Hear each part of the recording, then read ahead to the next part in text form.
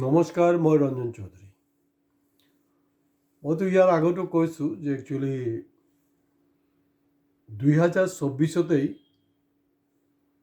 জুবিন গাৰ্গৰ যি হত্যা যে কৰা হ'ব, এইটোৰ স্ক্ৰিপ্ট তেতিয়া ৰেডি হৈছিলে।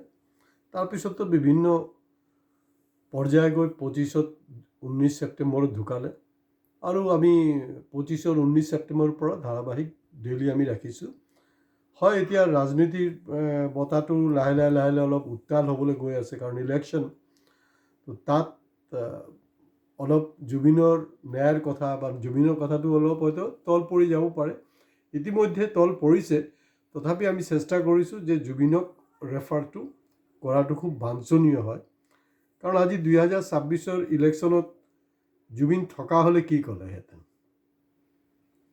সেইটো বৰ ডাঙৰ কথাটো। কাৰণ একচুৱেলি শাসকীয় দলে যি কথা বতৰাবিলাক পাতি আছে, সেইটোক মানে বিৰোধীয়ে প্ৰপাৰলি উত্তৰে দিব পৰা নাই, তো মোৰ ধাৰণা কথাটো ঠিকেই। কাৰণ মোৰ ধাৰণা হয়তো আজি তেওঁ থকা হ'লে তেওঁ কিছু গানো ৰচনা কৰিলে হয় ইলেকশ্যনৰ ওপৰত। 2 নম্বৰ হ'ল তেওঁ হয়তো এনেকুৱা ক'লে হয়, পাগলে নকয় কি আৰু ছাগলে নাখায় কি। তেতিয়া গোটেই নেৰেটিভছটো এনেকুৱা হৈছে, হিমন্ত বিশ্ব শৰ্মা ডাঙৰীয়াই ক'ব বিচাৰিছে যে খিলঞ্জীয়া মানে হেৰিক ভোট নিদিয়ে, কংগ্ৰেছক ভোট নিদিয়ে। আৰু আমি এইটো হ'ব পাৰে, কাৰণ আমিতো জানোই নহয়, কাৰণ বাংলাদেশীৰ ত্ৰাণকৰ্তা কোন হয়? কংগ্ৰেছ হয় নহয়? কংগ্ৰেছে হয়। আইএনডিটি এক্ট অমুক কিবা কিবি সেইবিলাকতো আছে, সেইটো কৈ আৰু লাভ নাই। তেওঁলোকে ত্ৰাণকৰ্তা। আজি অত বছৰে যে ৰান কৰিছে, আৰু ইভেন হিমন্ত বিশ্ব শৰ্মা যে জিকি আহিছে কংগ্ৰেছৰ পিৰিয়ডতো, তেতিয়াও, কাৰণ তেওঁৰ যি জালুকবাৰী সমষ্টিটো কিন্তু ঢেৰ অনা অসমীয়া আছে, আৰু তেওঁলোকে হ'লচেলত কিন্তু তেখেতক ভোট দিয়ে।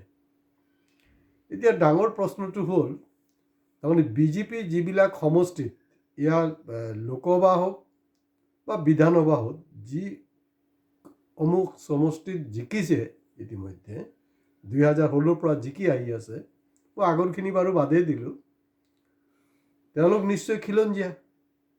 তো গতিকে আমি এটা কনক্লুশ্যনত আহিব পাৰোঁ, বৰাক ভেলী, বেছি হিচাপ নিকাচৰ দৰকাৰ নাই। বৰাক ভেলীত কি হ'ল? বৰাক ভেলীত দেখা গৈছে এছেম্বলিত যোৱা 21 এছেম্বলিতে তেওঁলোকৰ ৰেজাল্ট ভাল, আৰু 24 পাৰ্লামেণ্টত দেখা গৈছে বৰাক ভেলীৰ পাৰ্লামেণ্ট কনষ্টিটুৱেঞ্চিৰ গোটেইকেইটা তেওঁলোকে জিকিলে। ইয়াৰ অৰ্থটো হ'ল যে তাত প্ৰকৃত খিলঞ্জীয়া কিন্তু বৰাক ভেলীত থাকে, বেলেগত কিমান আছে নাজানো। এই আপোনাৰ হোজাই, লংকা, লামডিং চব খিলঞ্জীয়া একদম গিজগিজাই আছে। তিনিচুকীয়া, ডিব্ৰুগড়, বিশেষকৈ তিনিচুকীয়া, য'ত খিলঞ্জীয়াৰ ভোট নহ'লে তো কি ধৰণৰ খিলঞ্জীয়া, তো এইটো গম পাইছেই আৰু। কাৰণ হিন্দু বঙালীৰ যদি ভোট নাপায় কোনো ৰাজনৈতিক দলে ইয়াতে তিনিচুকীয়াত, তেতিয়াহ'লে নিজিকে। এইটো চিধা খাটাং কথা, আৰু বেলেগ আৰু কোনো ষ্টৰী নাই। মানে তেওঁ যোনটো ক'ব বিচাৰিছে যে অবৈধ বাংলাদেশীৰ কাৰণেহে কংগ্ৰেছ জিকি আছে, হয়, মই মানি লৈছোঁ। যদি মই পাৰ্লামেণ্ট মানে কনষ্টিটুৱেঞ্চিৰ যদি হিচাপটো লওঁ, নগাঁৱতো চব অবৈধ বাংলাদেশী, হয়নে নহয়? কিন্তু আকৌ এই অবৈধ বাংলাদেশীৰ ভোটতে কিন্তু বিজেপিৰ প্ৰাক্তন নেতা ৰাজেন গোহাঁই ডাঙৰীয়া কিন্তু এবাৰ নহয় 4বাৰকৈ সাংসদ হৈছিলে, যিজন নেকি সদ্যহতে AJY অজপত জইন কৰিলে। তাৰপিছত গোৱালপাৰা, ঠিক আছে, মই মানি ল'লোঁ। কিন্তু এতিয়া যদি প্ৰদ্যুৎ বৰদলৈ কংগ্ৰেছ জিকিছে ধাৰাবাহিক 2বাৰ, তাৰমানে এতিয়া চব হেৰি হৈছে, আৰু তাত বৃদ্ধি হৈছে চাগে, আৰু বেলেগ ষ্টৰী নাই। কিন্তু মোৰ এটা বস্তু বেয়া লাগিছে, যোৰহাটৰ যে স্বাভিমানী যোৰহাটবাসী আছে, নিজক যোৰহাটীয়া বুলি কয়, মানে এই অসমীয়া মানুহখিনিৰ কিন্তু ফালৰ পৰা কোনো ধৰণৰ ৰিয়েকশ্যন পোৱা নাই। মই মুখ্যমন্ত্ৰী ডাঙৰীয়াক এটা প্ৰশ্ন সুধিব বিচাৰিছোঁ। একতো আপোনাৰ যোৰহাটবাসীয়ে এইটো ক'বলৈ সাহস পোৱা নাই। মই সেইকাৰণে কৈছোঁ, কাৰণ তেওঁৰ জুবিনৰ অৰিজিনেল বেকগ্ৰাউণ্ডটো যোৰহাট। জুবিন থকা হ'লে তেওঁ নিশ্চয় ক'লে হয় যে পাগলে নকয় কি আৰু ছাগলে নাখায় কি। যোৰহাট সমষ্টিত আমি জনামতে তাত প্ৰকৃত ভূমিপুত্ৰ আৰু খিলঞ্জীয়া, প্ৰকৃত মই কৈছোঁ দেই, ইয়াৰ আগতে কিন্তু অকল কি কৈছোঁ সেইটো আপোনালোকে নিশ্চয় ইতিমধ্যে গম পাইছে। তেওঁলোকৰ ভোটৰ অবিহনে আজি কপতি কিন্তু কোনো তাত জিকা নাই। ইয়াৰ আগত এইটো কি বুৰ্বক চুৰ্বক কিবা কিবি বনায়, বিজেপিৰ হাৱা কামাখ্যা প্ৰসাদ তাছাৰ জিকিলে, আৰু আছুৰ নেতা তপন গগৈ জিকিলে। এই বুৰ্বক বনোৱা এইবিলাক আছুকটো জানে আৰু বুৰ্বক বনাই থাকে, লুটি পুটি খাইছে। আৰু এইবাৰৰ কথাটো হ'ল, বাকী যিমান ইয়াৰ আগত জিকিছে মই বাদেই দিছোঁ।